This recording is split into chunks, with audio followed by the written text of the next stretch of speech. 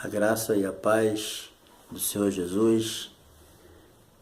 Eu quero ler aqui 2 versículos da Palavra de Deus. Eu quero ler aqui primeiramente em João capítulo 3, versículo 16, bastante conhecido, que diz assim: porque Deus amou o mundo de tal maneira que deu o seu Filho unigênito para que todo aquele que nele crê não pereça, mas tenha a vida eterna. E eu quero ler aqui em Tiago, capítulo 4, versículo 4, que diz assim: infiéis, não sabeis vós que a amizade do mundo é inimizade contra Deus? Portanto, qualquer que quiser ser amigo do mundo, constitui-se inimigo de Deus. Às vezes a gente fica pensando, como é que pode, né? A Bíblia, num versículo, ela manda que nós venhamos a amar. A Bíblia diz que Deus amou o mundo de tal maneira que deu o seu Filho unigênito para que todo aquele que nele crê não pereça, mas tenha vida eterna. E no capítulo 4, versículo 4 de Tiago, a Bíblia diz: infiéis, não sabeis que a amizade do mundo é inimizade contra Deus? Aqui a Bíblia não quer que nós venhamos a amar a Deus. Então, nós vamos ver aqui alguns sentidos importantes da palavra. Existem 3 sentidos para a palavra mundo aqui. O cosmo. Primeiro, os habitantes do mundo. Quando a Bíblia fala que Deus amou o mundo, está dizendo que Deus amou as pessoas. Deus amou o mundo, Deus amou as pessoas, Deus amou o ser humano, enviando o seu Filho Jesus para morrer pelos seus pecados ali na cruz. Então, esse mundo aqui nós devemos amar as pessoas. E há outro sentido da palavra mundo, é com certeza o universo, a terra, o mar, as estrelas, as árvores, os animais. Então, esse é o universo criado por Deus. Então, esse mundo também, a gente ama ele. Não podemos idolatrar, né? Não podemos fazer o que muitos fazem. Adoram rios, adoram árvores, adoram o sol, adoram a lua, adoram os animais. Não. A gente tem que amar aquilo que Deus criou e cuidar, né? Que a responsabilidade de cuidar do universo é nossa, mas não amar. Então nós vimos aqui 2 sentidos da palavra mundo: as pessoas e o universo criado por Deus, a natureza. E o terceiro sentido aqui da palavra mundo está falando do sistema mundano, está falando dos costumes, dos círculos, dos bens, talentos, riquezas, prazeres morais, espirituais que o mundo oferece. Nós devemos tomar muito cuidado, né, porque vocês sabem que o sistema mundano hoje, ele é praticamente um sistema ateísta, em que as pessoas jogaram Deus para as costas, jogaram Deus para trás. As pessoas hoje zombam de Deus, zombam da morte de Jesus na cruz, zombam de Jesus, blasfemam contra o Espírito Santo, negam a existência de Deus. E a mídia, né, a imprensa, eles também batalham contra a presença de Deus, contra a presença da igreja na terra. Então a gente tem que entender que quando a Bíblia fala não ameis o mundo, está falando desse sistema mundano. Não é das pessoas, não é da natureza, está falando desse sistema, né? Esse espírito de rebelião contra Deus. Querendo ou não, o mundo é revoltado contra Deus, né? O mundo, ele substituiu Deus pela religião, certo? A religião hoje tomou o lugar de Deus. O caminho da salvação hoje é a religião tomando o lugar de Jesus. É Jesus que é o caminho da salvação, né? Então, quando Jesus fala, e a Bíblia diz para não amar esse mundo, a Bíblia está falando desses prazeres malignos, imorais, pecaminosos. Está falando do espírito de rebelião contra Deus. Está falando da resistência que o mundo tem contra a palavra de Deus, aos ensinos bíblicos. A Bíblia está falando da indiferença para com Deus e a sua palavra, a sua obra, o desprezo pela morte de Jesus na cruz do Calvário. É uma submissão claramente aberta, né?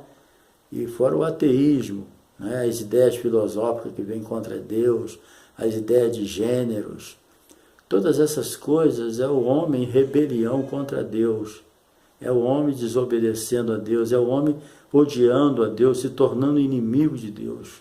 Então, quando a Bíblia fala não ameis o mundo, está falando para você não amar esse sistema mundano, certo? E incluindo todos os sistemas religiosos que são inventados pelos homens para tirar a direção de Deus da humanidade. As organizações, até as organizações com aparência de igreja, são um sistema contrário à vontade de Deus, certo? As igrejas mundanas, as igrejas mornas.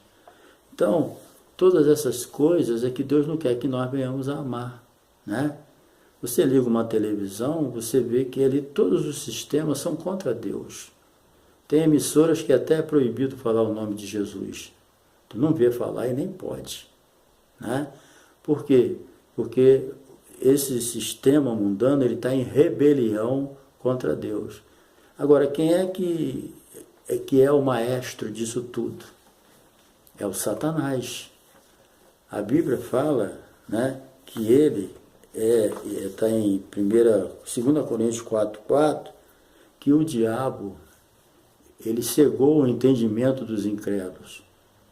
Ele é chamado na Bíblia de o Deus desse século. Deus é alguém que é adorado. Deus é alguém que é reverenciado. Satanás é muito mais adorado e reverenciado do que o próprio Deus, criador de todas as coisas. Então, o diabo é o Deus desse século. Jesus falou que ele é o príncipe desse mundo. Ele é o cabeça federal do mundo, que nós não devemos amar ele. Esse sistema rebelde contra Deus, né? Então, esse sistema, né, em que o diabo é o Deus desse século, mostra que por trás de todo esse movimento famigerado que existe, né, você vê que tudo vai para a pornografia, tudo vai para a zombaria, tudo vai para o escárnio, entendeu? Tudo é uma coisa que Deus está fora do sistema mundano. O mundo não aceita Deus, o mundo rejeita Deus. Então eu não posso amar um mundo desse, né? Porque existe essa mente invisível de Satanás controlando tudo e fazendo oposição a Deus. Então não se esqueça, Satanás é o Deus desse século. Ele cegou o entendimento dos incrédulos para que eles não compreendam as coisas de Deus, certo? Então por isso é que Deus não aceita que um cristão, né, ele venha ter semelhante amizade. Quando a Bíblia está dizendo para não amar o mundo, é não ter comunhão com ele. Por quê? Porque você não vai poder sair do mundo. A Bíblia diz, né? Nós estamos no mundo, mas nós não somos do mundo. A palavra de Deus, ela ensina isso, certo? Então, existe na Terra uma diferença entre a igreja e o mundo, certo? Alguém aceitou Jesus, ele é tirado do sistema mundano, no sentido moral, espiritual e ético. Fisicamente, nós estamos no mundo, mas o que opera, o espírito que opera na igreja, não é o espírito do erro, não é o espírito do mundo. O que opera na igreja é o Espírito Santo de Deus. Se alguém dá lugar ao diabo dentro da igreja, é problema dele, isso é pessoal dele. Mas o espírito que opera na igreja é o Espírito Santo, né? A Bíblia diz para o crente, resistir o diabo e ele fugirá de vós. Então, há uma diferença entre a igreja e há uma diferença do mundo. A Bíblia, eclesia significa tirados para fora do mundo, moralmente, espiritualmente. Jesus, na sua oração sacerdotal lá no capítulo 17 de João, ele diz: não peço que os tire do mundo. Então, quando alguém aceita Jesus, ele não é tirado do mundo, ele permanece no mundo, aqui no mundo fisicamente, mas a partir desse momento que ele aceitou Jesus de coração, se converteu, nasceu de novo, ele passa a pertencer à igreja. E o cabeça da igreja é Jesus. Agora, o cabeça do mundo é o diabo. Agora, se você pertence à igreja, você não tem nada a ver com isso. Você está aqui no mundo como peregrino. O que é um peregrino? É uma pessoa de fora, né? É um estrangeiro. Se alguém sai de uma nação para outra, ele vai sofrer. Ele vai ter que se adaptar. Então, nós estamos no mundo agora como peregrino, de passagem. A nossa pátria não é aqui mais. A pátria da igreja está bem clara. Na epístola de Paulo aos Filipenses, capítulo 3, versículo acho que 20 e 21, que diz: a nossa cidade está no céu, de onde nós aguardamos o nosso Salvador Jesus Cristo, ao qual transformará o nosso corpo abatido para ser conforme o corpo da sua glória. Então vocês observem que a nossa pátria não é mais aqui. Você aceitou Jesus, você não tem mais nada a ver com esse mundo não. Você vai viver aqui, vai cumprir a vontade de Deus até o teu momento de partir. Mas nós não temos mais nada a ver com esse mundo. Jesus uma vez disse: aí vem o príncipe desse mundo, o diabo, que nada tem a ver comigo. Então, o nosso príncipe é outro, é Jesus. Jesus que é o cabeça da igreja. É Jesus que morreu pelos nossos pecados. É Jesus que nos salvou. É Jesus que vai vir buscar a sua igreja. É Jesus que tem preparado um reino eterno para nós. Jesus disse assim, ó: não se turbe o vosso coração, credes em Deus, crede também em mim. Na casa de meu pai há muitas moradas. Se não fosse assim, eu vou-lo teria dito. Vou preparar-vos lugar, e quando eu for e vos preparar lugar, eu voltarei e vos levarei para mim mesmo, para que onde eu estiver, estejais vós também. Isso está lá no capítulo 14 de São João. Jesus está dizendo: não se turbe o vosso coração, ele vai vir buscar a sua igreja. Mas enquanto isso não acontece, nós vamos aqui dando um bom testemunho, né? Porque a Bíblia diz lá em João, primeira epístola de João, diz que os 3 aspectos do mundo, né? Não ameis o mundo, nem o que o mundo há, porque tudo que há no mundo é concupiscência da carne, concupiscência dos olhos e a soberba da vida. O que é a concupiscência da carne? É os desejos impuros, né? A busca do prazer pecaminoso. Muita gente fala assim: eu não vou ser crente não. Eu quero viver a vida que eu quero mesmo, que eu gosto. Eu gosto de viver na carne mesmo, pecando, fazendo a vontade do diabo. Porque se ele aceitar Jesus, ele vai ter que abandonar o pecado e amar a Deus acima de todas as coisas. Então, a concupiscência da carne é essa. É a busca do prazer pecaminoso, certo? O prazer sensual. Esse que é a vontade, o desejo da carne, né? Mas não é só, o mundo não é só a concupiscência da carne, é a concupiscência dos olhos. Entendeu? Concupiscência dos olhos diz respeito ao desejo descontrolado por coisas atraentes, os olhos, né?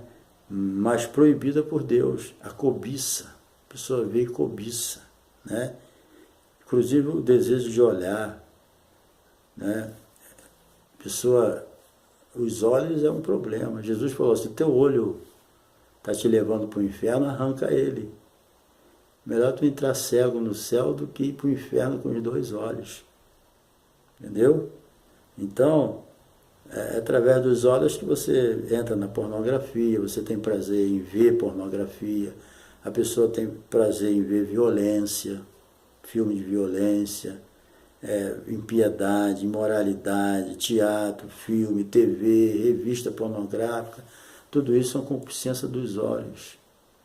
A pessoa vê e cobiça. A Bíblia diz: não cobiçarás. Não cobiçarás a mulher do teu próximo, o dinheiro do teu próximo, a propriedade do teu próximo. Através dos olhos a pessoa vê e deseja para si. Isso aí é cobiça. Então o mundo vive disso, de cobiçar aquilo que é dos outros.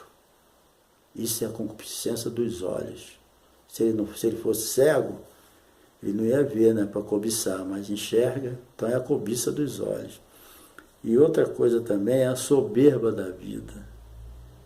A soberba da vida é aquela pessoa arrogante, aquela pessoa orgulhosa, aquela pessoa autossuficiente, que não reconhece Deus em nenhuma situação. Há pessoas que passam a vida toda sem pensar em Deus. Ele se esquece que esse oxigênio que ele respira é Deus que dá. Ele se esquece que a vida dele está pelo um fio. Ele está vivendo porque Deus quer.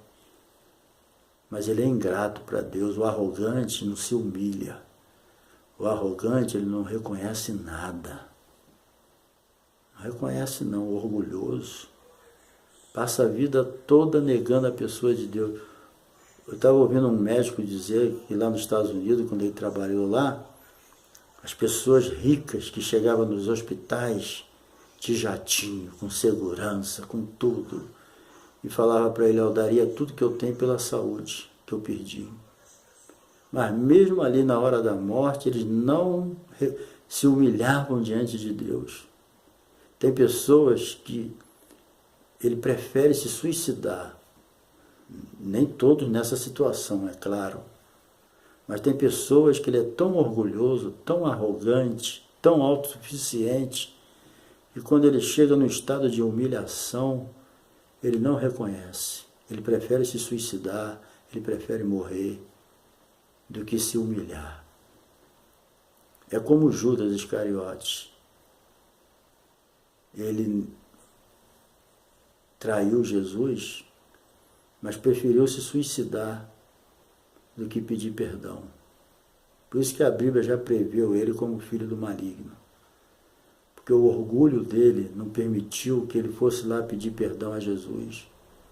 Ele não teve a mesma capacidade do apóstolo Pedro, que negou Jesus 3 vezes, mas chorou amargamente reconhecendo o seu pecado e se humilhou diante de Deus. E Jesus perdoou ele.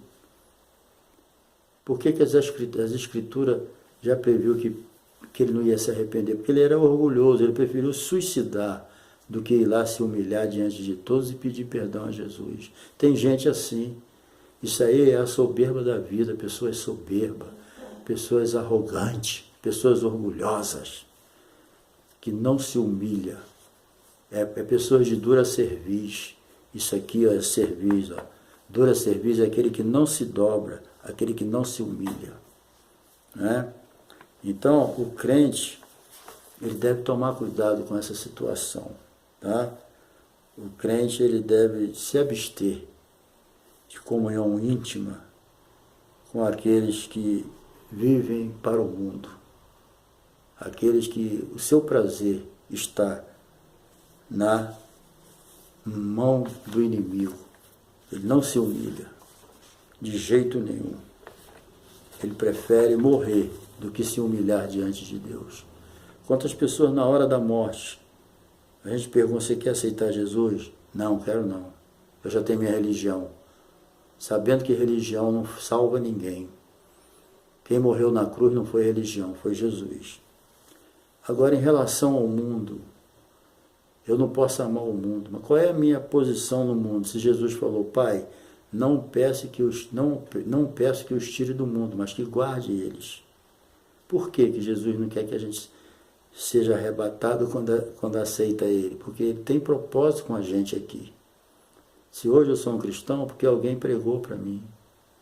Então, qual é a finalidade de Deus ter a gente aqui no mundo? Primeiramente, a Bíblia diz em Romanos capítulo 12, versículo 1 e 2, diz, Romano 12, 1, não vos conformeis com esse mundo. Não se conformar com esse mundo.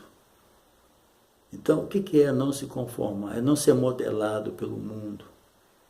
Nós temos sempre que ter em mente que nós estamos no mundo, mas nós não somos do mundo. Nós não podemos ser modelados por esse mundo. Pelo contrário, certo? O crente não é desse mundo. Está lá João 16, 18, 19, 16, 14, 17, 16. Nós estamos no mundo, mas não somos do mundo, então nós não podemos nos conformar. É não. Não ameis o mundo, nem o que no mundo há. Porque tudo que há no mundo é concupiscência da carne, é a concupiscência dos olhos, é a soberba da vida. Nós estamos no mundo, mas não somos do mundo. Não vos conformeis com esse mundo, não seja modelado por esse mundo, mas transformável pela renovação da vossa mente. Quem é nascido de Deus vence o mundo. Então não adianta querer fugir do mundo, ser um ermitão, se isolar. Não, Jesus não quer isso. Entendeu? Jesus não quer que o crente se isole. Nós somos chamados de sal da terra. O sal tem que estar em contato com o alimento, senão ele não tem valor. Deus não quer a gente enclausurado, não. Deus não quer o crente escondido, não. O crente tem que botar a cara. Entendeu? O cristão tem que botar a cara, porque é sal. A Bíblia diz que quem é nascido de Deus vence o mundo. Vence o mundo. Por quê? Porque maior o que está em nós do que está no mundo. O diabo é criatura, o Espírito Santo é criador. É o Espírito Santo que está na igreja. Entendeu? Então, o crente ele não pode amar esse sistema mundano, que é inimigo de Deus. Quem é do mundo só fala do mundo. Ele não quer saber das coisas de Deus. Por que eles rejeitam a Bíblia? Ah, porque a Bíblia é um livro velho, antigo, não tem para ele. Jesus falou, pratica que você vai ver o que está na Bíblia é verdade. Quando a pessoa começa a praticar a Bíblia, ele começa a ver transformação. Então, nós precisamos entender isso. Que nós estamos aqui, mas nós não somos daqui. E o Senhor é que domina a nossa vida. Então, querido, precisamos entender também que o homem natural, ele não compreende as coisas de Deus. Está em 1 Coríntios capítulo 3. O homem natural não compreende as coisas de Deus. O que Deus quer que a gente faça nesse mundo? Ele falou assim, Jesus, antes de voltar para o céu, ele falou assim, ide por todo o mundo, pregai o evangelho a toda criatura. Quem crê e for batizado será salvo, quem não crê já está condenado. E esses sinais seguirão os que creem.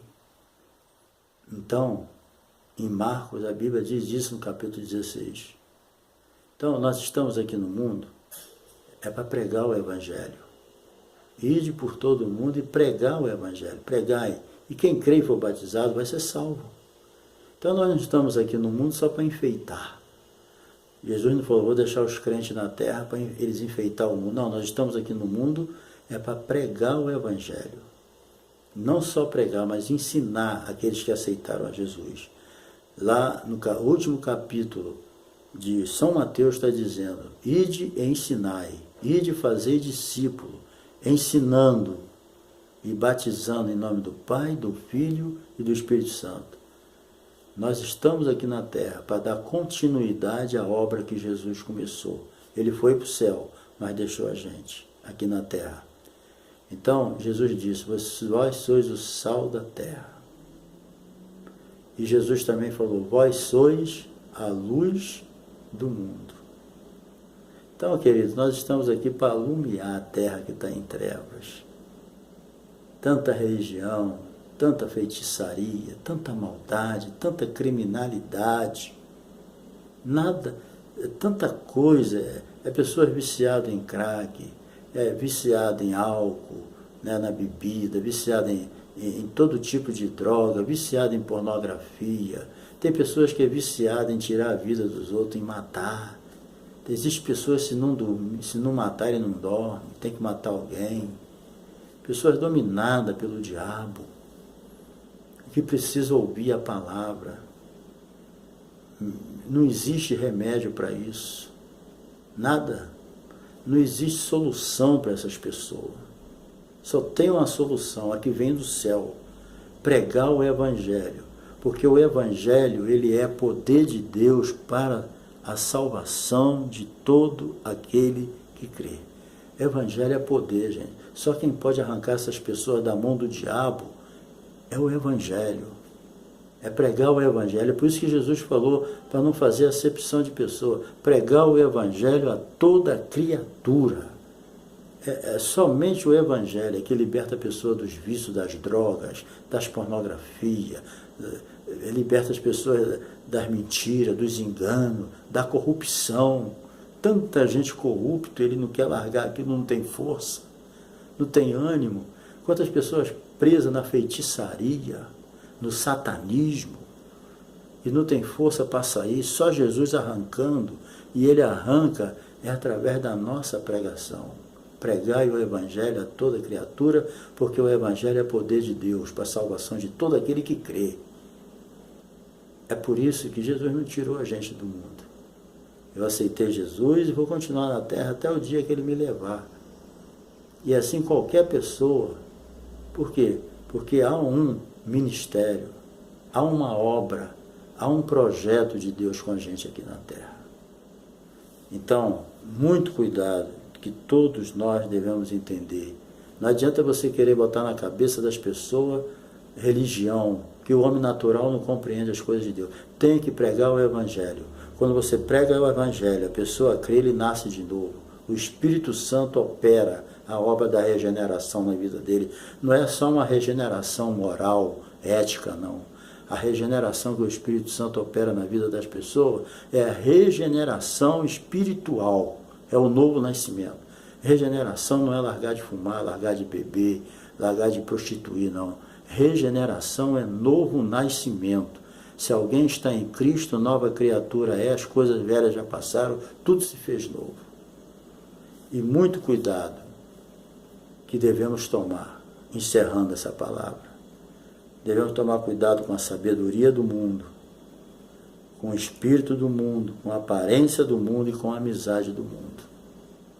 Tá bom? Deus te abençoe. Eu espero que essa palavra tenha trazido para você um despertamento. Que nós estamos no mundo, mas não somos no mundo. Vamos amar o mundo, mas é amar as pessoas.